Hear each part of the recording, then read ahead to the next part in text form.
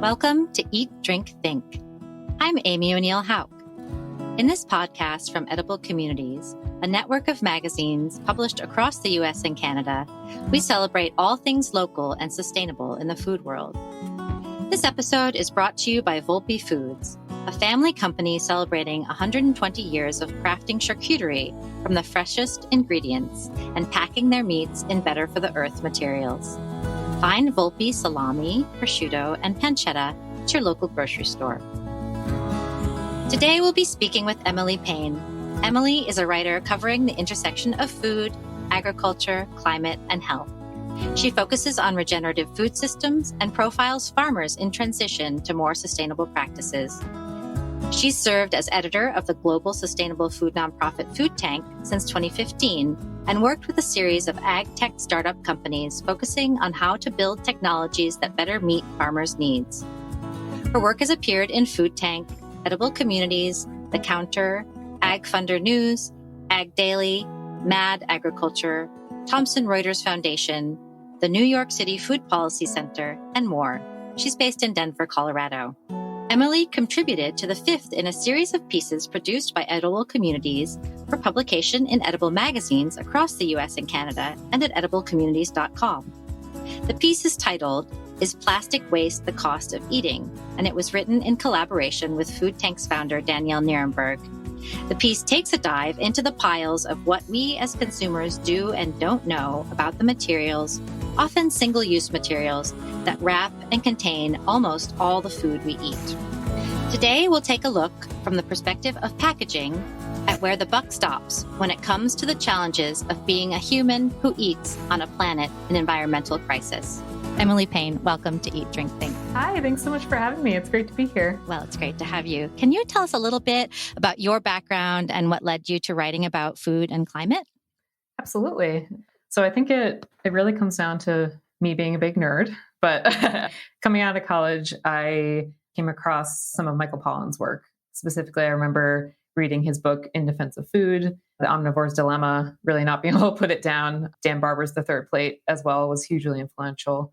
And I was totally hooked. So at the time, I was writing more about the human health side, but the more I learned about how interconnected our soils and food production methods are with both human and environmental health and the climate, I moved my career more and more in that direction. And I found Food Tank pretty early on, I think probably about 7 years ago at this point. And I started as their copy editor at the time. So I got to edit and help post their daily content, which was sort of it's like a fun crash course in sustainable food systems. And since then, I've worked with them in varying capacities. And I've learned so much from our president, Danny Nierenberg, who I know you had on the show recently. And it's been a complete honor to work so closely with them.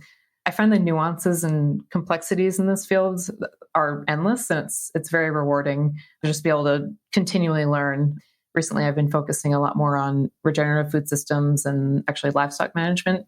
Even though I'm a vegetarian myself, it's very, very, very interesting. I've been able to talk with some incredible farmers and producers. So it's very fun work. I feel very lucky to be able to do it. That's awesome. I hope we can chat sometime about that overlap of vegetarianism and regenerative agriculture, which seems to often involve animals.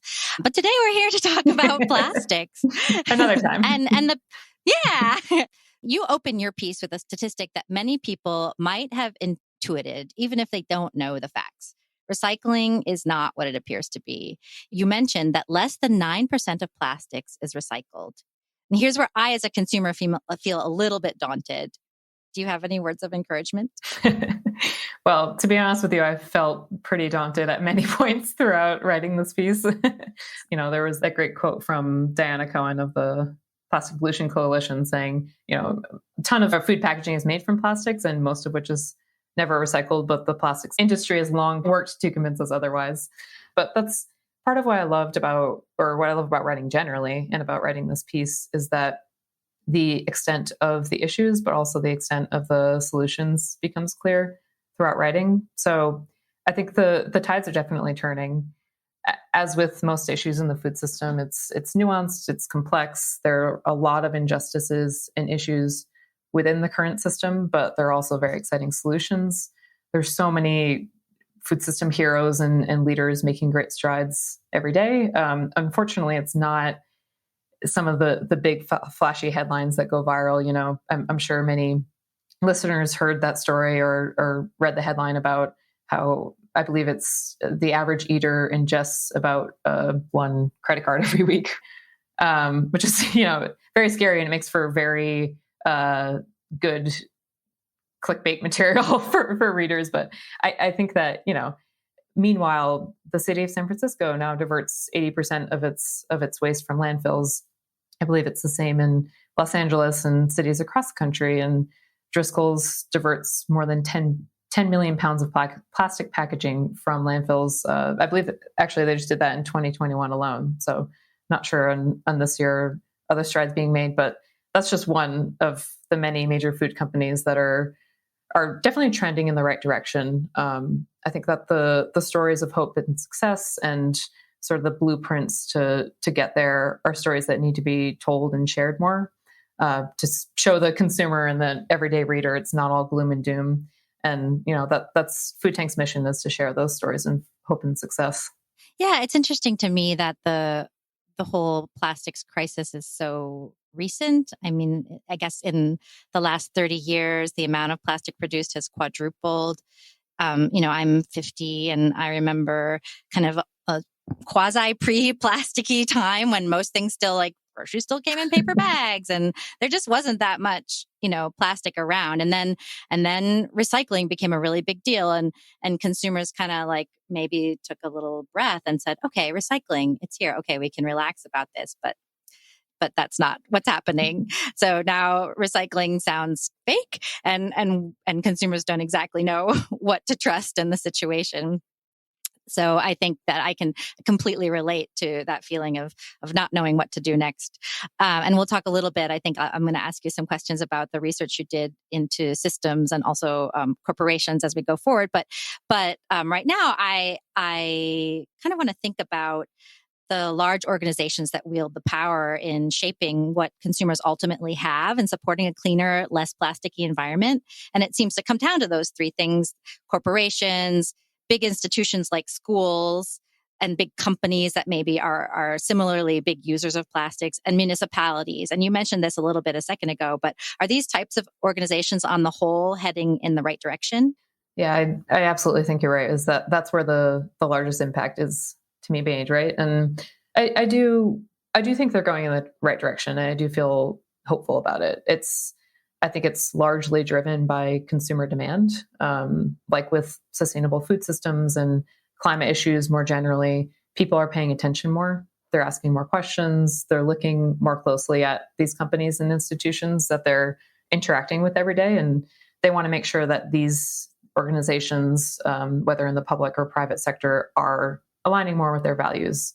I think another thing I included in the piece is that it was more than 70 brands have committed to a zero waste campaign, which launched just this year in 2022, aiming to improve infrastructure and kind of extend the responsibility to the producer in the packaging industry, to kind of put the onus on them and to clean up their supply chains, right? So that's not all up to the consumer to navigate this very confusing web of choices. And, you can never really make every single choice you make kind of has an impact.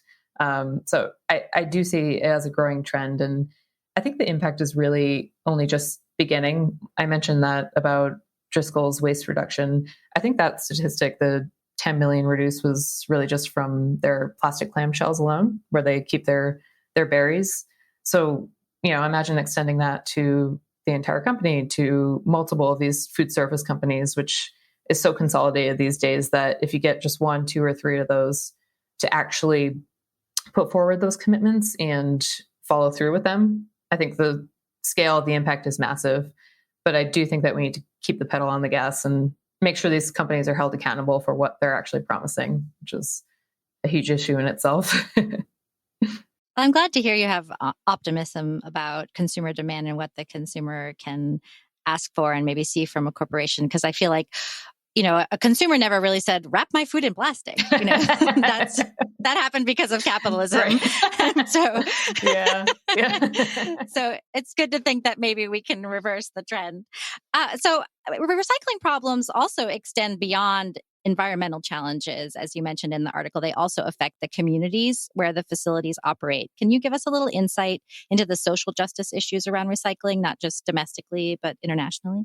Yeah, absolutely. So this topic could be an entire deep dive in itself. The piece briefly touched on it, but I think there's so much more to be said. So I'm glad you asked about it.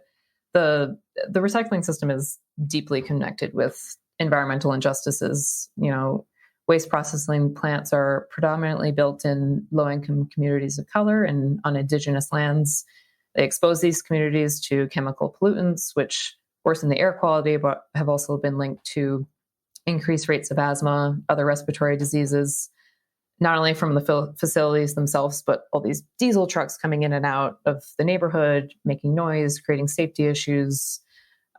Workers are injured regularly on the job in these facilities from unsafe equipment and work environments. Often they're undocumented immigrants doing the work, which makes them especially vulnerable to worker abuses. So the issues are widespread. And then, internationally, I think that's yet another topic, even separate from the U.S. recycling system, which is that, often I believe it was Megan at Iberostar, who I interviewed for the piece, shed light on this, that often these decisions that we make here in the global north the impacts of it end up in infrastructure that's very different from what we have up here. A lot of these communities and countries in the global south, they're still struggling with the ability to have even just landfill facilities. Many of them, she said, are still burning waste every single day because they just can't handle the pure scale of it, especially in these smaller countries that just don't even simply have the land, these smaller island countries. So I think is widespread, and there's a lot of work to be done. I think COVID really shed light on a lot of these worker injustices, but there's a lot of work to be done in that area. And do you have an example, perhaps, of a municipal best practice or solution where somebody seems to be doing it right as far as the social justice side of this? Like, where should a recycling facility end up, or how should it support as opposed to, impose challenges on a community? Yeah, that's a great question. I think as far as examples, I know I mentioned, those stars of San Francisco and LA, but that's really just in the statistic, right? The 80% of waste diverted, and that doesn't really show what's under the hood. So that's a great question. I think a lot of these, I asked, I believe it was Nilda Mesa from Columbia University about this, who had some great insight. And, a lot of these facilities have been built on the cheapest land available, which is often the low-income communities of color who also might not be politically powerful. So they might not be able to really put up a fight against creating these facilities, which have such negative impact. And I think, share that great quote, let's not discount the traditional invisibility and bias against low-income communities of color and Indigenous peoples in general. I think that it comes down to voices and kind of sticking up for these communities and preventing this problem from continuing, or shedding light on the issues and the impact of recycling more generally, but also at this incinerator level at the facilities themselves.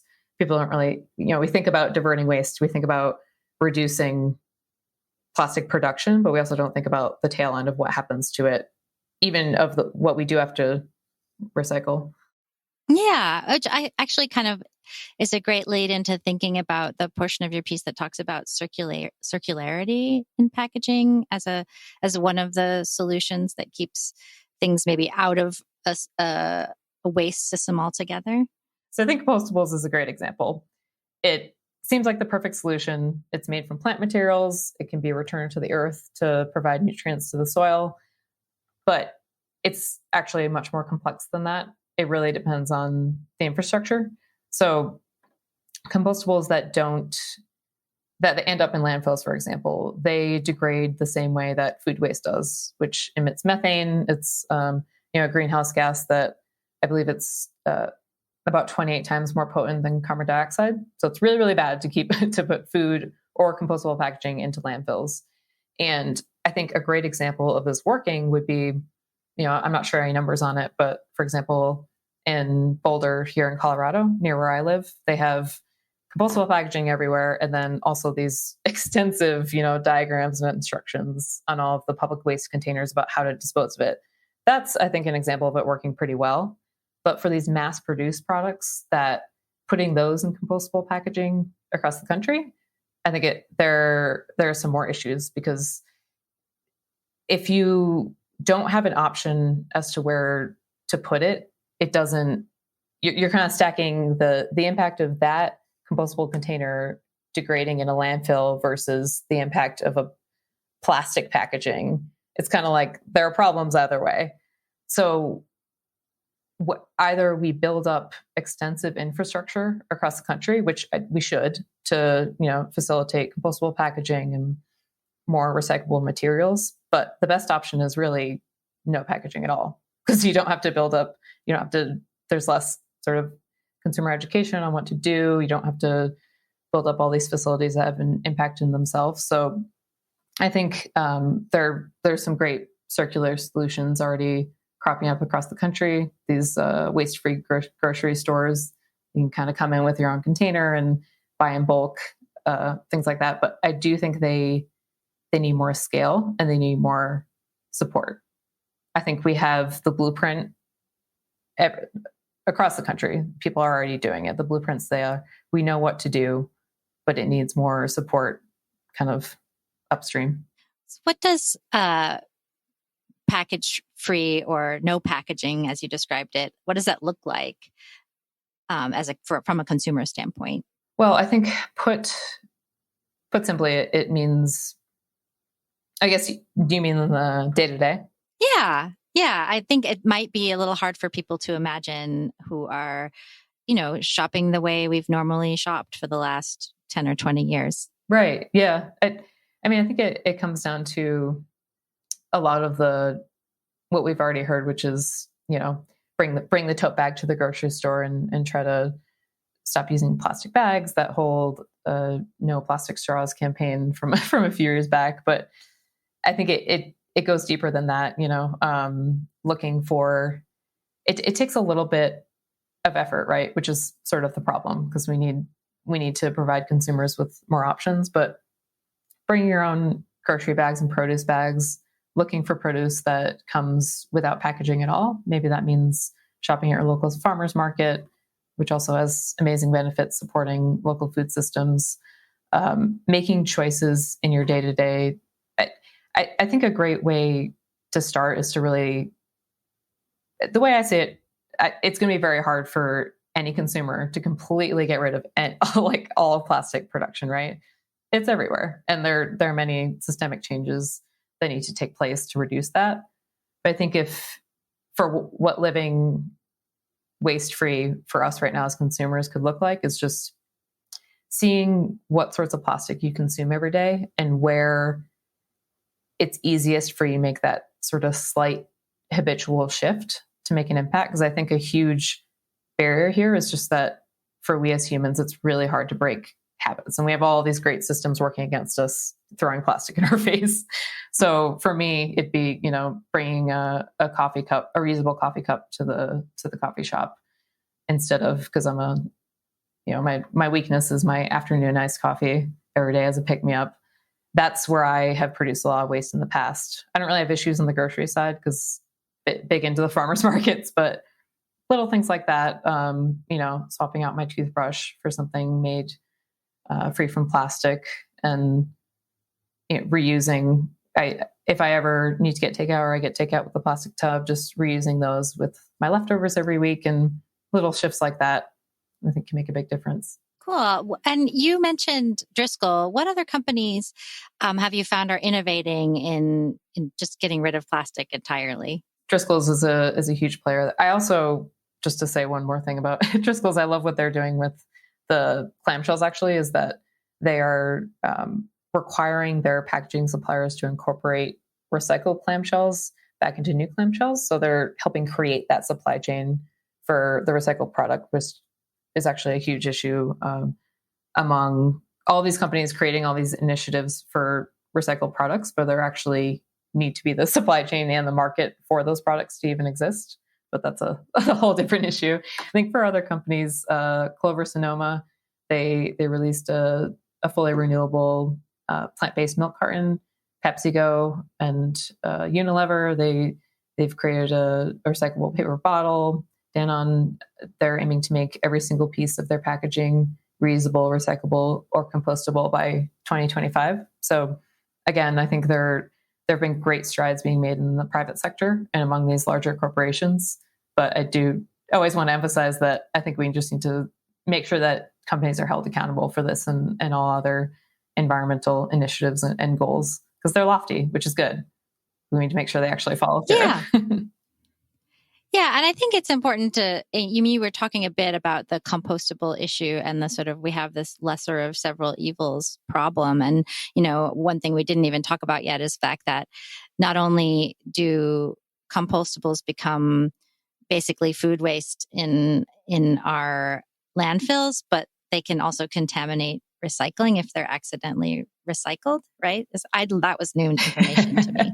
Right. Thank you. I appreciate you pointing that out. I forgot to mention that was huge for me as well, which is, I believe, just the concept of, I think they refer to it as ambitious recycling, or which I had done.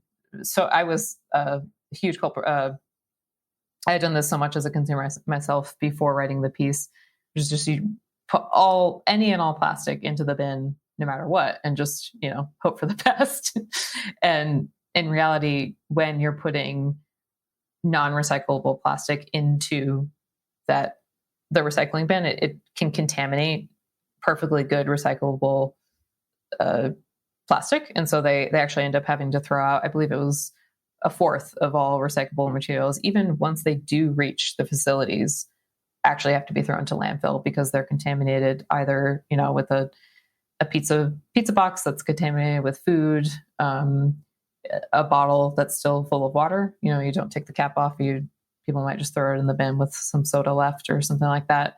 So as you mentioned, putting a compostable package into that recycling stream will actually contaminate it. And so you're actually sending a lot of perfectly good plastic recyclable material to landfill by contaminating the stream with a compostable container, which I think is a huge issue that's not talked about really at all.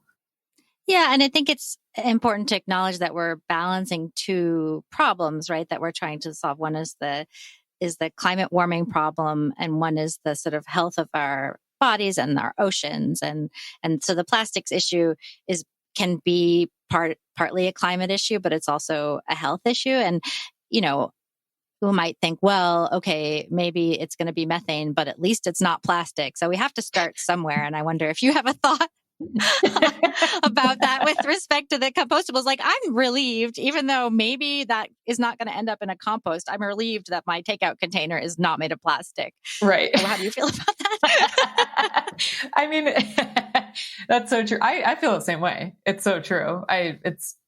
You're always, as any food production or just material production has an impact, right? So just a constant choosing the lesser of evils, I think. And I mean, I do think compostables are better in the end, but it really comes down to where you're living, the facilities, the resources available. And once again, going back to the circularity, wherever you can make the choice to use no packaging at all, I think is hands down always the best option. I used to, or sometimes when I forget a tote bag or a produce bag at the store, I'll just walk out with, a couple pieces of squash in my hands, say, no, please no bag. And, those little choices, maybe taking the extra 20 minutes to eat your takeout in the restaurant, things like that. Yeah.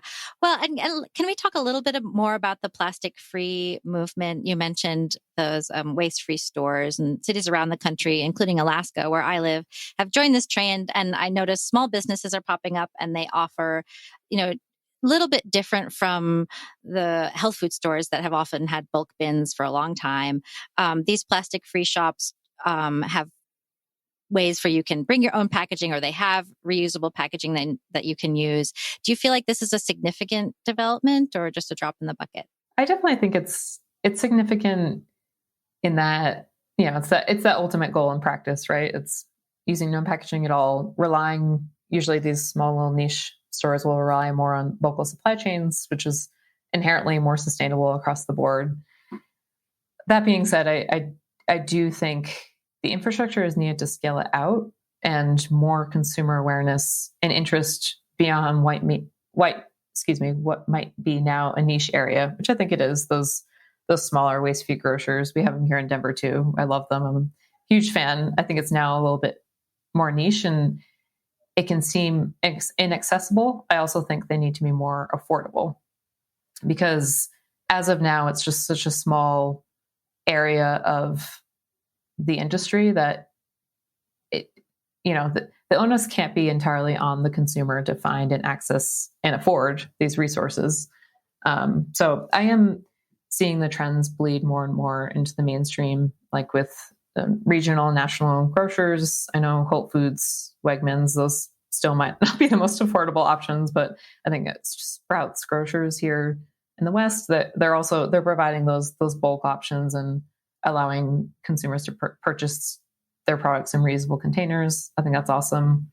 Farmers markets even, I think, play a huge role, because, while there's still a lot of plastic waste and often in bringing the products to market and even serving them, that reduces the supply chain, and it allows consumers to kind of pick their produce and vegetables outside of those, plastic wrapped in plastic and plastic. And I think that to go back to your question, it's a significant step in that it's just spreading awareness. I think that actually might be the biggest impact, is it's getting people to think about it. But I don't think that's a solve in itself. I think it needs to push a larger movement. Yeah, and you talked about the social justice issues with respect to recycling facilities and how they can have a detrimental impact on the areas where they are. What about the fact that making these consumer choices is itself a privilege? You mentioned that just a little bit, just with respect to the pricing of plastic-free things, but we can't really depend on the consumer if the areas where people have the least means are not provided with these opportunities for these solutions. What do you think about that? Absolutely. I think, as with a lot of great movements within the food system, for example, buying organic, buying all these different sorts of labels that might, first of all, shut out smaller producers that can't afford certifications and labels and to get into these larger grocery stores, but it also shuts out lower income consumers. I sort of see it as a similar area where oftentimes the healthiest, most sustainable choice, including package-free, plastic-free products, are really mostly accessible to people with the means to afford it. And the answer to that is just we need the systemic shifts. We need to. It's great that consumers that have the means to make these choices are doing it, because it's showing companies, within governments, government regulators, the decision makers and stakeholders, that eaters want this change, which can help really turn the tide. Consumer demand is huge, but we need that sort of top-down approach as well as bottom-up to help reduce the cost for those that might not be able to afford it. It goes back to, I believe it was Aaron at Grassroots, who I interviewed for the piece, who's talking about how they would love to be in compostable packaging, but for a lot of small companies, it's simply not affordable. It's inaccessible. So the onus also can't be on these small companies to make the right choice. And he's seen in recent years, it has become more affordable, which is a huge win, because there are more and more innovators and companies doing this, offering solutions. So now he's able to access it. I think it's a similar story with these consumers and, reaching these eaters that in lower income communities, I think it kind of trickles down. But the more we talk about it, the more it's scaled out at a wider level, it becomes more accessible. I'm glad you brought up farmers markets because they seem like a nice nexus for avoiding packaging and also some food equity, since often SNAP benefits, for instance, are available at farmers markets. And hopefully we can encourage people of all income levels to show up there. Have you noticed ways that small agriculture companies, the farms that might be coming to farmers markets, the way they're embracing using less packaging in their production? That's a great question. I actually, it's a part of the piece that I think I'll keep saying that. I wish I could have gone in many more directions for this, because it's such a complex issue. But I do wish I could have dug in more into the issue as it relates to farmers. And I think it kind of relates back to your last question, where farmers are running on razor thin margins, right? There needs to be a return on investment in order for them to make changes to their production, even if they want to. It's the same case for using more sustainable practices. I ran into this a lot when speaking with farmers about regenerative agriculture and things of that nature. So I think when it comes to this issue as it relates to farmers, I am excited by a lot of solutions I see from startups and innovators providing the technology for farmers to maybe extend the shelf life of produce. For example, Appeal Sciences, I know, makes these like plant-based coatings that growers can use to keep their produce fresh 2 to 3 times longer. I think the USDA also created a coating using a blend of vitamins and salts and minerals to extend the shelf life of sliced fruits. I believe up to like a month longer or something, some crazy number like that. So I am excited by, the tide is turning within private industry. And I think that can provide solutions to farmers to help them make better choices. But it's very hard to ask a grower or producer to swap, wherever they're using plastic, to swap it out, because I guarantee it's the most affordable option and they don't really have a choice. Mm-hmm. Are there things that you find personally challenging when it comes to reducing your own plastic use? For me, it's got to be dental floss. I know it's a tiny thing, but it kind of irks me that I can't find an effective plastic-free dental floss. Absolutely, dental floss. I have personally thought about that a lot too, and I believe it was. I can't recall who I was speaking to. I was mentioned in one of the interviews I made for this piece, because that expert also had no idea how to swap out dental floss. So it's not just you, but I think for people working in the food system and aware of these issues, it can be frustrating anywhere within your day-to-day life because plastic's everywhere. For me, the most frustrating are sort of like the big life events. Or within COVID, I've had 3 different apartments just since 2020. So I've had to move a few times. And it's a stressful experience, but for me, by far, the most stressful part is avoiding waste. You can't get around it. Like whether it's a moving company that's, just wrapping everything up in those plastic wrappings and stuff to protect your furniture, or you're just down to the wire and you have to get all of your stuff out of the place. So you just end up, you don't have time to go to the compost, the recycling facility, the donation bin. So that's been tough for me. I also, I rode in the 5-borough bike tour in New York City right around when I was writing this piece. And so I was very aware of, they have all those little snack stations throughout, and, they give away all this free food. And the whole time, all I could think about was the amount of plastic, I can't remember what it was, but they'd wrap up a piece of produce in plastic, individually wrapped, and you had food. They'd hand out bagels. People would take a bite and just throw it out. And it's so frustrating to me. But I think that's, there's always the flip side where that's also a hopeful spot, because just imagine the impact of if those huge events like that bike tour with, I can't remember, tens of thousands of participants, if they were to go plastic waste free and, give the example to consumers, and also just the sheer amount of waste they could divert. That's very exciting too. But yeah, it's frustrating in my everyday life. Yeah. Well, what is the biggest environmental bang for your buck for a consumer? If they were listening to the show and maybe feeling slightly overwhelmed and they thought, okay, well, I can handle making one change to start using less plastic. Do you have a recommendation for a first step? Yeah, the journalist in me sort of wants to take like a true cost accounting approach to this and break down the climate impact of every single item possible. But I actually think this will be different sort of for each consumer. Like I mentioned before, I think a huge barrier is just changing habits, simply changing a simple everyday habit that you're so used to and is so ingrained in the system. There are large systems in place that make it very easy to have a very large carbon footprint. So I'd say, look at your daily habits, figure out where you're consuming the largest amounts of plastic. And it's sort of like building up an exercise routine or something, make small changes, build a very small daily habit that grows from there. So, if we're looking at just food, since that's where the piece was focused, simply bringing your own bag.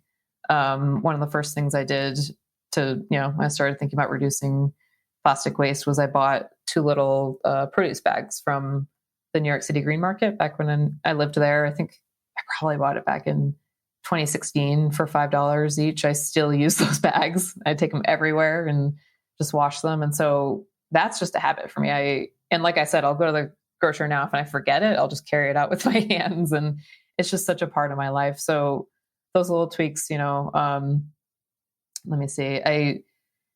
Bringing tote bags, buying local. There are a lot more packageless options, like we did already mention with the farmers markets. Significantly reduces not only that plastic package that it comes in, but also the number of miles that the food has traveled and the facilities it's had to pass through to get to your hands. So that reduces the climate impact hugely, even beyond plastic. And yeah, I think I would want to mention that one of the most important things you can do is support those with your purchases and with your voice, the companies that are really, pushing for the change and following through with their initiatives to incentivize that plastic-free living, and then calling out the greenwashing, because we need to be closely examining the corporations, governments, just across the board, those that are claiming to make the big changes because they know it's what consumers want. We need to keep an eye on them and to make sure that they're following through. Yeah, absolutely. Do you happen to know what the health impact of plastic in a landfill is? I mean, obviously we know that plastic, when it ends up in the oceans, can be really detrimental, or when it ends up in the environment and starts to degrade. But landfills are more contained spaces. Is there science about how that is leaching into our food or water systems? I mean, you touched on it briefly, going to the oceans. I actually think I should preface this by saying I didn't go too deeply on this in the piece, but plastic in a landfill kind of disintegrates down into those little microplastics, right? Which go into the soil and leach down into the waterways and into the ocean. But I think we are just starting to see the impact that's having on human health. I mean, I think I mentioned at the beginning that it was estimated by WWF that the average eater ingests 1 credit card every week, which is just crazy to think about. And I think I found another report saying that plastic was found. I mean, I would want to look more closely at the study. I think it was a smaller study, but microplastic was found in the blood of, I think, 75% of the study participants, if I'm getting it correctly. So it's in our blood, it's in our drinking water, our soil, our blood. It's basically everywhere because it's breaking down into these smaller and smaller particles that really, it gets harder and harder to contain. Not the most hopeful response, but well, I guess I was just thinking about the fact that, have they been studying the differences between landfill plastics and the plastics that just end up in our environment because they didn't even make it to the landfill, like the things that are washing out of our clothes and the things that are just, discarded end up in oceans. But maybe that's not been studied too much yet. No, yeah. I think we're just starting to see the impact. So I expect more of those headlines. So I guess one place that we might be able to finish up is just to pose the question that you asked as the title of the piece, which is plastic waste the cost of eating? What do you think about that, Emily? I don't think so. I think that there are definitely solutions out there for all of these issues, but in our current system of food production, plastic has become a part of our nature, and that's what needs to change. So I think it's definitely possible to revolutionize this industry, but it really comes down to, as I mentioned, we talked about the bottom-up solutions from the eaters and the small companies. We also need the top-down, put pressure on corporations to provide, waste-free options. The legislation, there's the Break Free from Plastic Pollution Act that was introduced in the US Senate this year, and that aims to make requirements and incentives to reduce the production of these materials and boost these efforts to recycle and compost. But we need more of those to build a more circular system, as we mentioned. We need more of those options to help empower eaters to go completely package free. I really loved the quote from Freedom Gupta-Faner at the end of the piece, which said, "Reuse is compassion." And, that sounds, without the context, it sounds kind of a little bit fluffy and ridiculous, but it's so true. That's what inspires me. If more people think about all of the resources, the habitats, the natural elements going into these products, as well as the labor expended on creating it, shipping it across the world until it reaches your hands, no matter what it is, plastic or food, not to mention, if you think about how many hands have to touch each piece of food that is on your plate, it really does build that compassion. It makes you more thoughtful in your choices. And I think more storytelling such as this and more education to consumers can really make an impact. I do believe that. Great. Well, thank you so much for joining us, Emily. It was so nice to speak with you. Thank you. It's been such a pleasure. Thanks for joining us today at Eat, Drink, Think. If you liked this episode, be sure to subscribe wherever you get your podcasts. And don't forget to pick up your local Edible magazine. You can find show notes for today's episode at ediblecommunities.com.